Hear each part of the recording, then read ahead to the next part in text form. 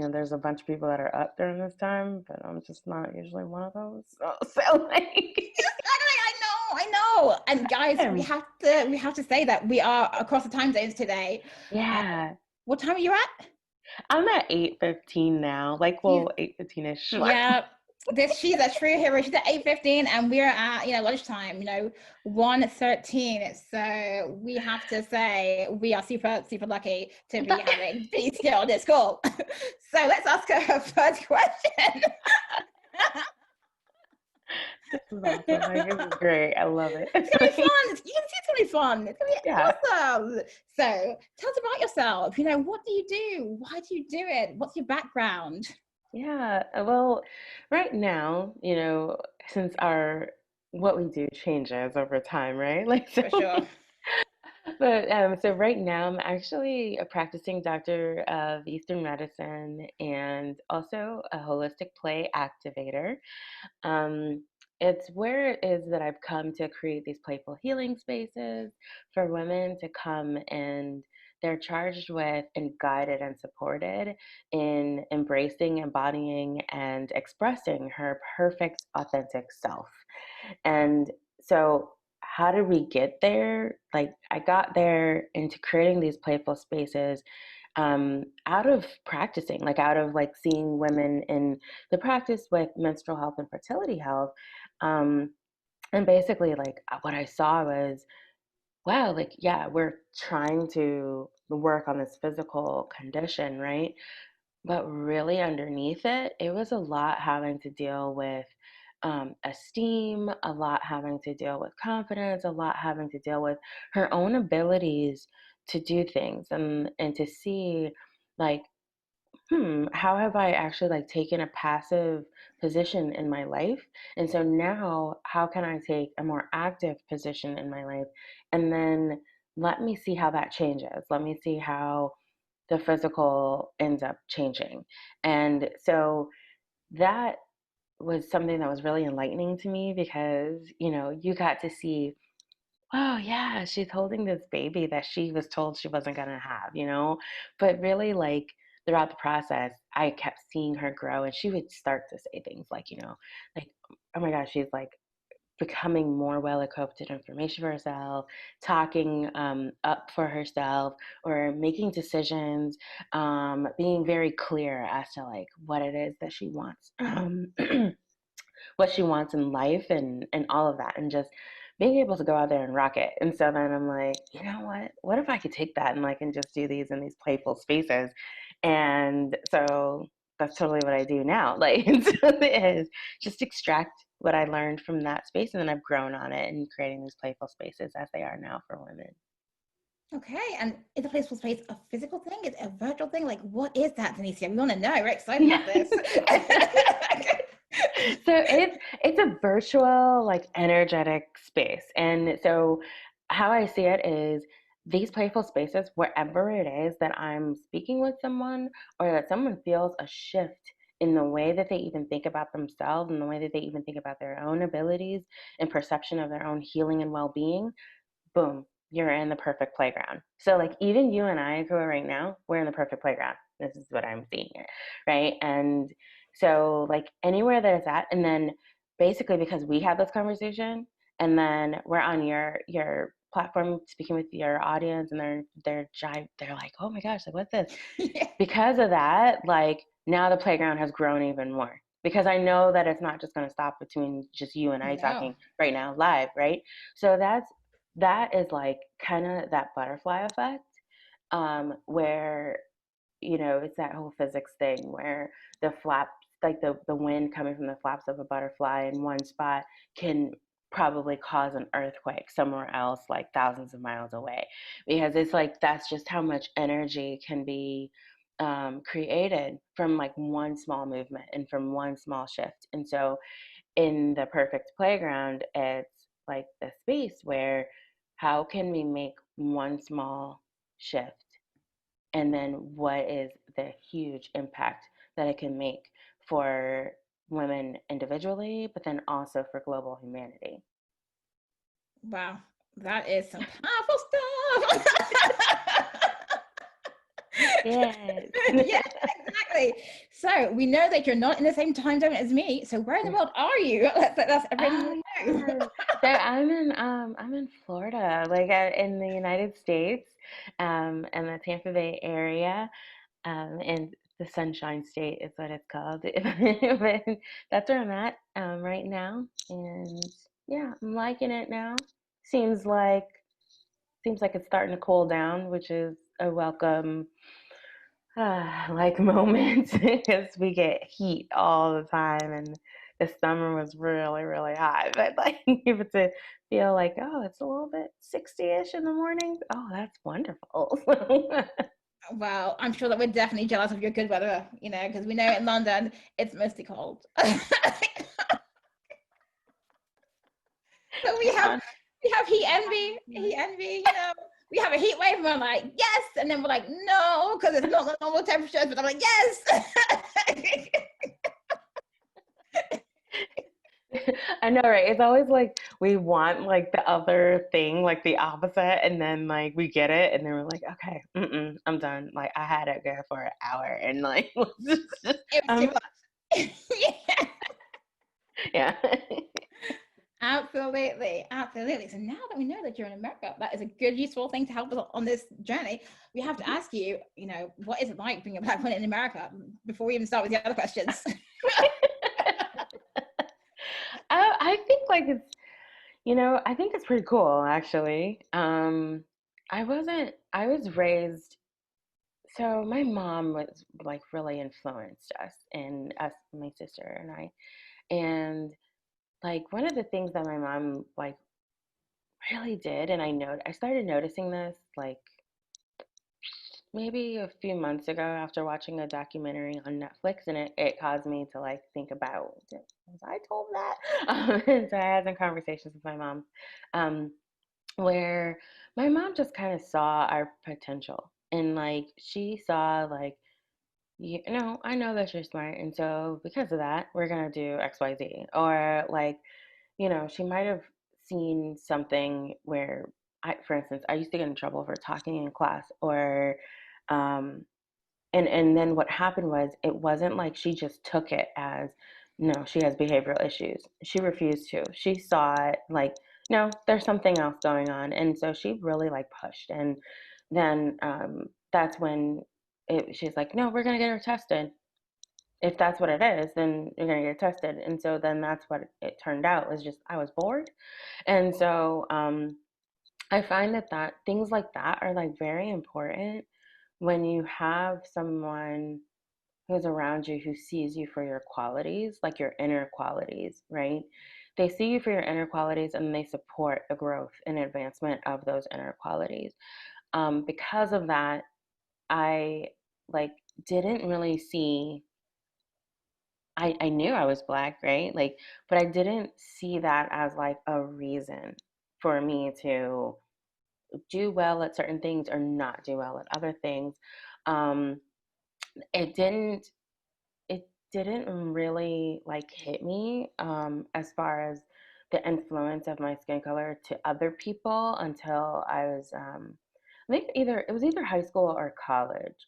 And it was around the time when there were more like TV programming and movies where black women were portrayed angry or they were portrayed a certain way that then if I were to get upset or frustrated about something that would have happened, it was almost like an expectation that I would jump into this behavior that they would have seen on TV or something like that, right?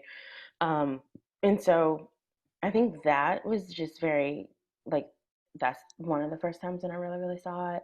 Um, Other than that, like I mean, I feel like I think because I'm trying to think of the way to put this, because there is a way to put it, and it's very applicable even when I'm working with women. Is that what you tend to focus on, like mentally, right? Also tends to be what you see. So like for instance, if you're have you ever like come across what looked like an anthill or something like that? Like you said that you're a runner. So like if you're out and you're on a Yeah. trail or something like that, and then you see this thing, but then at first, if you just say it's a dirt mound, it's a dirt mound. But then the minute you start thinking, oh, are there ants there?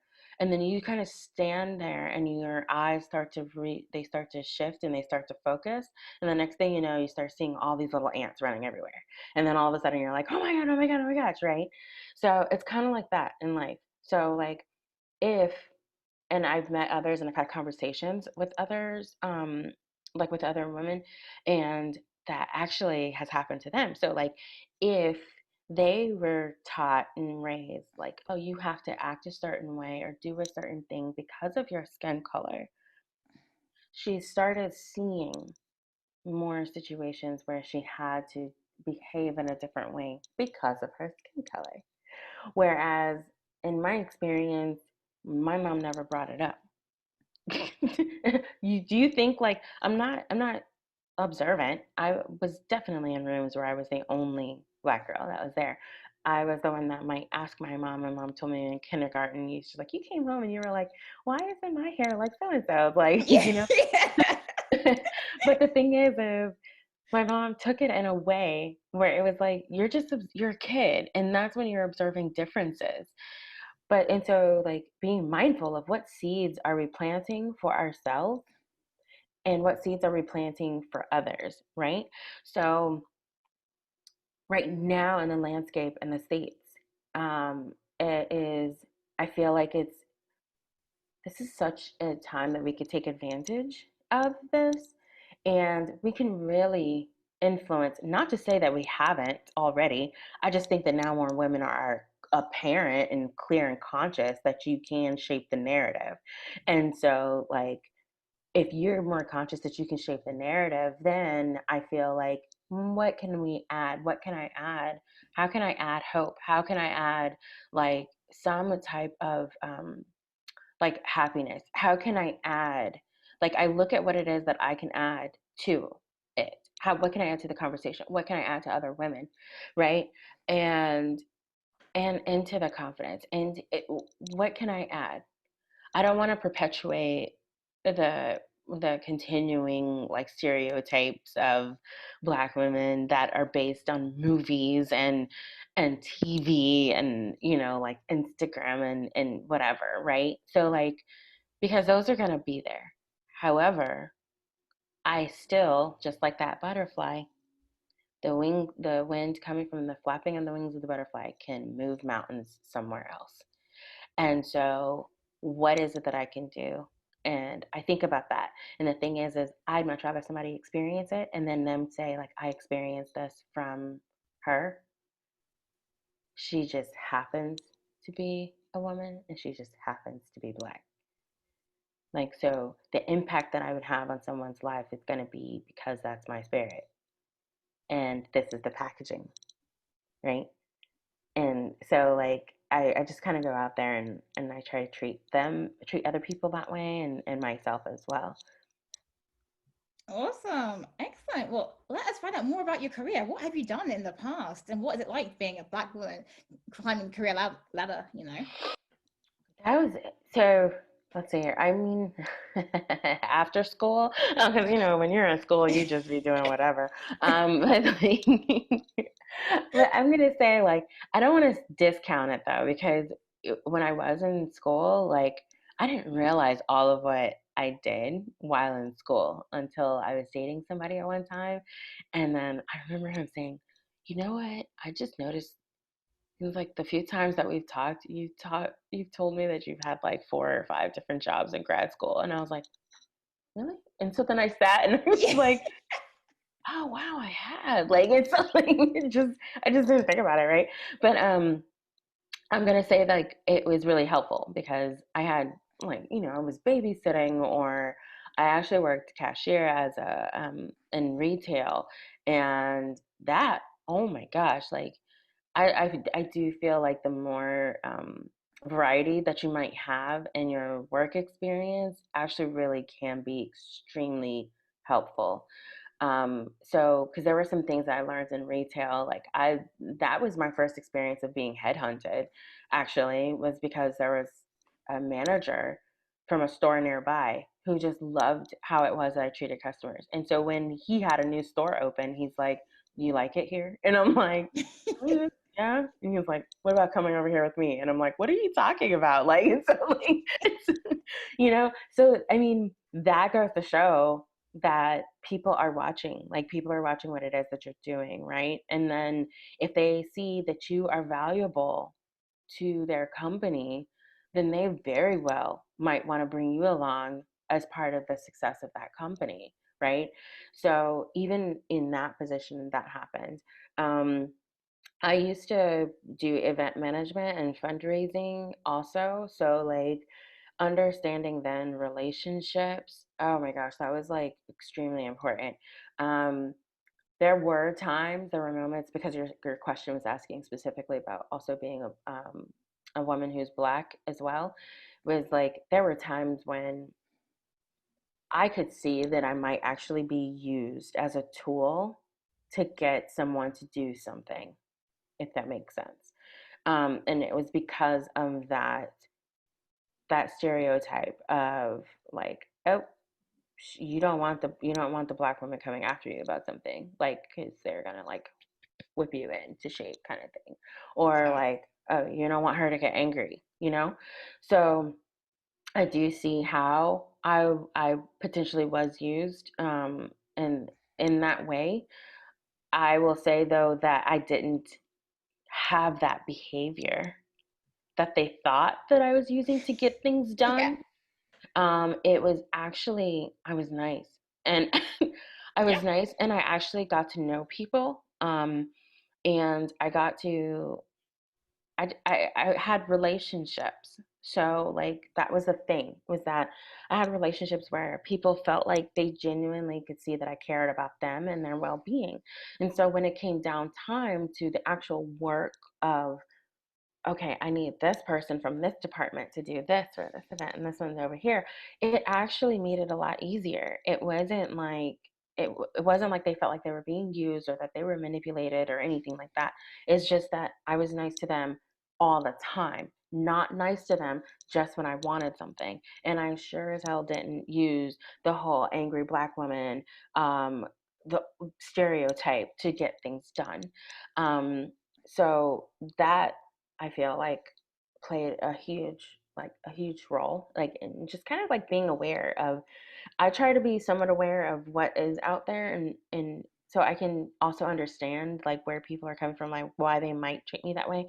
Um, and like I said, if that's what you're looking for, you're gonna find it, right? So instead, I go in saying, I'm gonna look for like interesting and learning experiences. So if someone asks me questions, or if someone does something that I might be like, hmm, that's making me question something, then I actually like to go in with an open heart, and I go in with an open mind, to listen. And so, like, if I found that I got defensive all the time, then that's when you immediately shut down any opportunity for any growth on either person's side. And so it's kind of like, if you find that you're feeling offensive, like, fine, acknowledge that you feel offensive, and then pause, and then say, okay, so what about this is it that I'm feeling offended? And then how is it that I can have a conversation to understand more? Because maybe then you talk to them and it's totally not the story that you had in your head, right? So then, so with that being said, like, navigating like in the different like the different fields, like in the retail, and there were definitely ways that I might have been treated by customers because of my body shape, or something like that.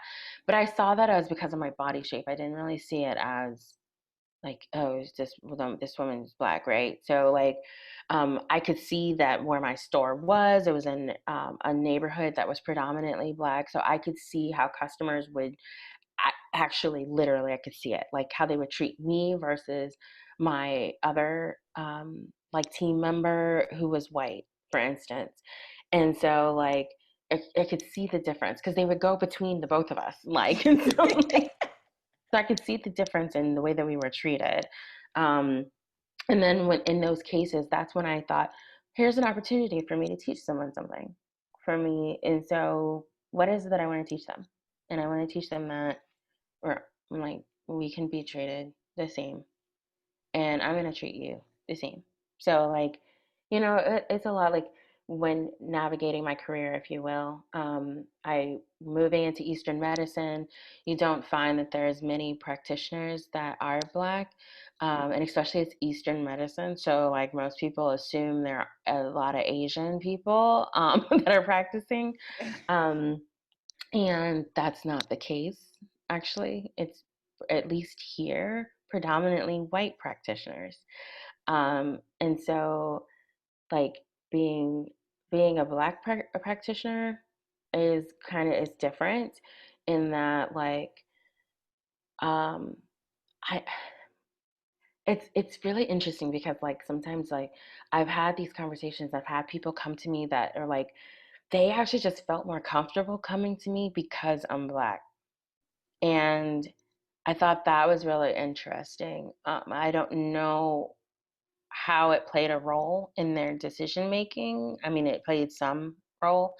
I don't know if it's just being comfortable, or that you see amongst the Black community here that there's a growing level of interest in natural healing modalities. You also see here we have a huge disparity in the Western medicine field, where of how people who are Black are treated within that model, like within that system. So like when you hear like a lot of the systemic racism, it's definitely clear in the health care system. But that's in the Western medicine healthcare system. Um, and so because of that, there's like a growing distrust of that medical system. So now you have many that are more like open to herbs, they're open to supplements, they're open to the more like Reiki or to the natural healing side. And so then now they're like, who do I go to like for that? And so some might take race into consideration, and then others might just find it that it's easier, if they do see that there's a practitioner that is Black, and then they'll go, they're more open to speaking with them about it. Okay, well, that leads us neatly to the question about, have you faced any challenges in setting up your business or in your career? Um, my challenges, um, And how are you overcoming them? yeah, like I want to say like it was more of I graduated grad school and was like, I'm just gonna open a practice. So I didn't really know what that meant at the time. Okay, So but hold like it, hold it. No. So let's step back here. So how did you have the courage to think that I am going to be the face of this thing? I'm okay, just open up a shop, because not everyone's going to say that they can do that. They might think, actually, maybe I need to be in partnership with someone else. Maybe I need to be working for someone else first before I actually open up and just going, hey, I'm De'Nicea and this is my thing. That, you know what, that's actually a really good question. Let me go back and let me think. Okay, so I remember being in our class, like our practice management class, and like we had a project that was like a semester long project of like your business idea, vision, and everything.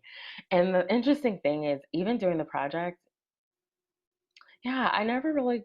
I think I might have considered. No, I'm gonna take that back. I think I might have considered working for someone else, like for this amount of time, like a little inkling of a time period. And I think it's because at that time I was like, but then if I go here, like, first of all, in hospitals, they don't really want us there. And if I do go to a hospital and they're there, then I can only needle. But then if I only needle, like, it was the process of like, what am I going to be allowed to do slash not allowed to do, and put that against, wow, but this is the beauty and the vast opportunity that practicing this medicine can do for somebody, right? And so then that made me think like, do I want to like, who has a practice that I might want to join, and then what kind of practice is it, and then like, and how do they practice, how would I be able to practice? Like, it was a lot of those things that I was just like, yeah, why am I trying to fit into someone else's thing? Let me just start my own. And so like that's what happened. And I want to say the challenges definitely were like, oh, I mean, I feel like there's a lot of things I missed. That is like, what's marketing? Like, what really is it? Like, and how can you consistently do so? Or like, what are some other revenue streams that don't involve just your time, that you can incorporate? Like, what does it really mean to do inventory? What does it really mean to like do? So I mean, like, all of those things I kind of like had to like learn on the fly, as I've been practicing, because the only thing that I thought about was, okay, so I found a building, or not building, but like a room to rent out of. Mm-hmm. I found that, and then like my aunt like helped me out, financially to like get started, and so it's like, okay, so now I have a table. So that's one of the coolest things I'm going to say about practicing this medicine, is that like you don't need as many, um, tools, I'll say, like to get started. And so I have since then learned that this is what they call the lean startup here. And there's a book too Yeah, that Eric Reed, lean startup. fan. Yeah. See, there you go. Boom. It's like I was lean starting up and didn't realize it. Like, Yes, you are. I was like, yeah. I was like, what do I need at the bare minimum? I'm like, because they're coming from my mind. And I'm like, I know where to put these needles at. I know how to do the herbs. And so, like, what minimal do I need to get started? And so, yeah, so it was kind of like that, that I guess that I did it. I'm going to say that I ended up learning more about like, uh, what I like to treat. Like, so that was the other thing, was that there was a huge focus on like modality. Um, and then like I learned, oh, if my modalities were everywhere, then it might be really difficult in marketing, because then you're trying to market everything. And so then I ended up learning a lot about that, and about sales, and about relationships, and about referral marketing, which I ended up like learning more about that by joining an organization here. And so like really kind of going in and practicing more and more at pitch about what it is that you do, and then who is that you're looking to work with, and all of those things that I feel like were very hard to describe at that time, because I didn't know. And so I think that was one of the other challenges, is just people just kind of expect you to know, and like right out the gate. And I have a I have a perfectionistic type of quality about me. And so sometimes that, if I'm not aware of it, it can really cause me to procrastinate, or it could really cause me to not move forward on something, because it's not quite, quote unquote, right.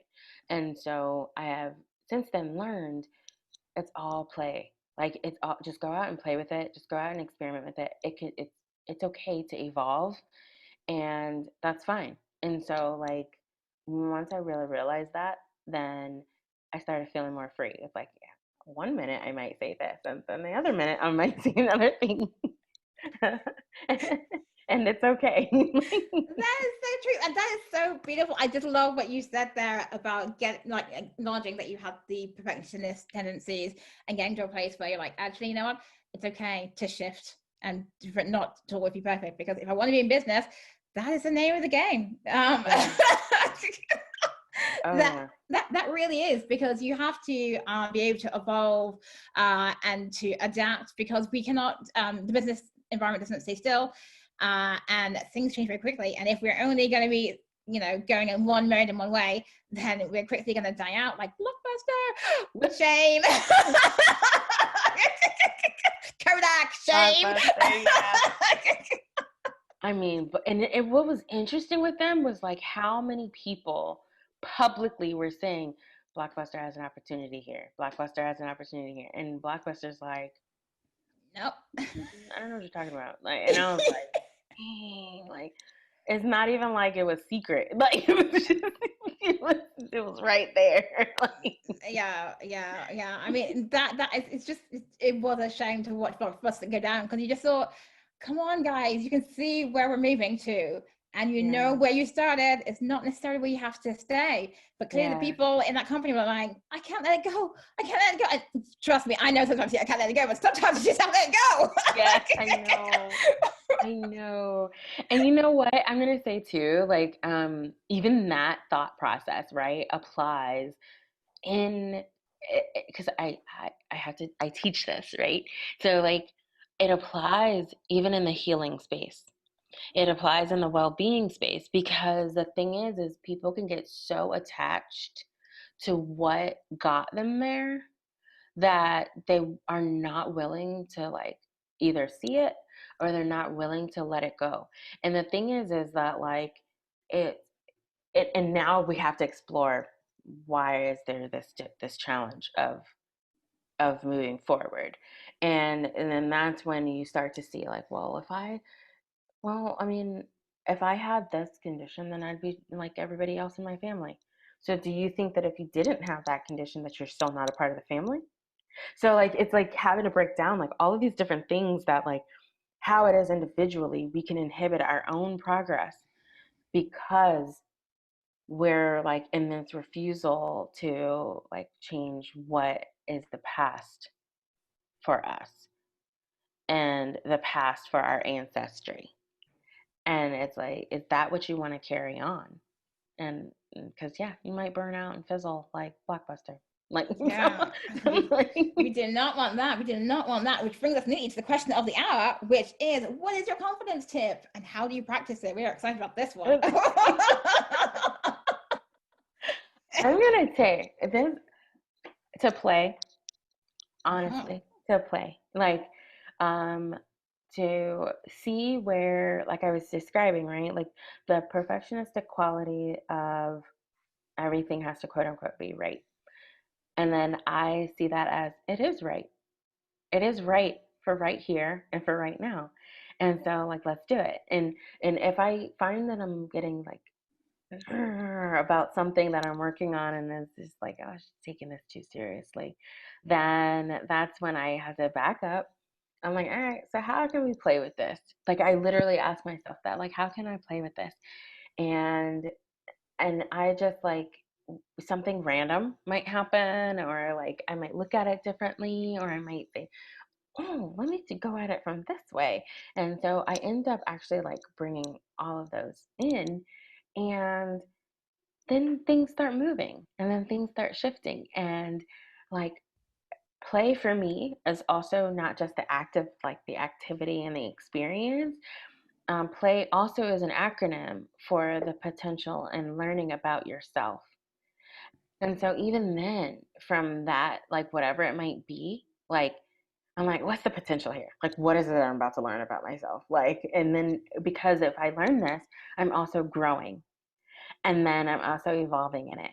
And like to see that, like, and I do that all the time, and there's something that comes up, and um, it helps grow in my confidence, literally, because I feel like I feel like growing in confidence means that you would have actually started learning about yourself. And then not only are you learning about yourself, but you're actually coming to embrace it. And then you're coming to embody it. And then you're actually coming to express it. And so by doing that, like that expression of it, like that takes mad confidence to do all three of those, because it takes confidence to even learn, like to be open to what it is that you're about to learn.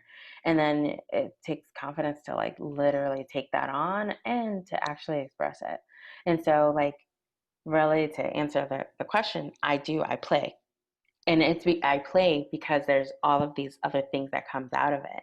And grand scheme of it is that the confidence will grow when I start to see like all the evolution. I get to see the growth. I get to see like all of that and like the impact that's made just from having what I call play stations with people. Like that is truly how it is that I feel like I grow confidently and encourage others to do so too. That is awesome. So I have to ask you one question before we wrap up because I'm just super excited and I think that people really want to know this. And that was the point you raised about giving yourself space and time to consider other options, because in that time, in that moment, De'Nicea, some people might be afraid and they might think that that whole thing is something that they're not comfortable with. How can you allow them to be more comfortable with that whole notion, and like why should they embrace that? So I'm going to use some of the words that you used because I want to say that those are huge. And one of those is like, you're going to find that you are uncomfortable. Like the thing is you have to kind of break down and slow down the process. Like slow down what's happening and then start to take a bird's eye view of what's happening. And when you start feeling uncomfortable about a situation, that actually can tell you that there's growth opportunity there. So think about when we're kids, it was not comfortable growing in our teeth, was it? I mean, parents doing No. everything. They doing ice cubes. They like, here, chew on this. Like, like can we rub a little liquor right there on the on the gums? Like we need to massage them. And then what also happened, like when we might go to sleep and then there's these fevers where I'm like, oh, it hurts, my arm hurts. And the next thing you know, you sprouted 2 inches. Like there is a level of discomfort that happens just before there's growth. And so in that space, like you would have felt the discomfort first, right? And so instead of like just pushing through the discomfort or trying to ignore it, if you do take the moment to pause and open yourself up, you can see that there actually is about to be some growth there. And all it takes is for you to be open to that.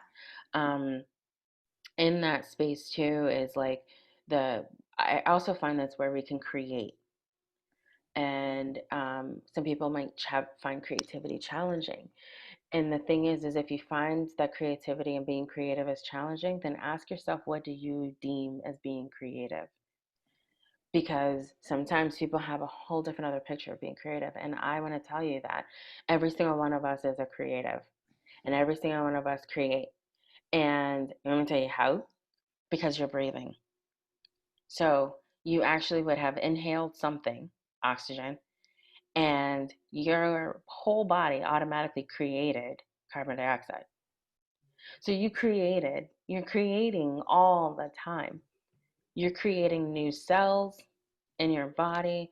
Like when you can realize that you're already creating, and you realize too that you're unique, like that's my other biggest thing. It's like you cannot go and take a trip into Comparisonville and then try to go and fit in on the block. And like you heard that in my story, like I wasn't taught to try to fit in anywhere. Just like I'm just gonna go ahead and build my own thing. And so like in your life, you can build it. But you have to play an active role in it. And being active in it means coming to this awareness and increasing your consciousness about yourself, seeing where it is that you can grow, seeing if you are having some issues. That's fine. If you're acknowledging and you're aware of it. Because if you try to ignore it, it grows. And so that's what I ask. So what do you want to grow? Like, what is it that you would like to be watering?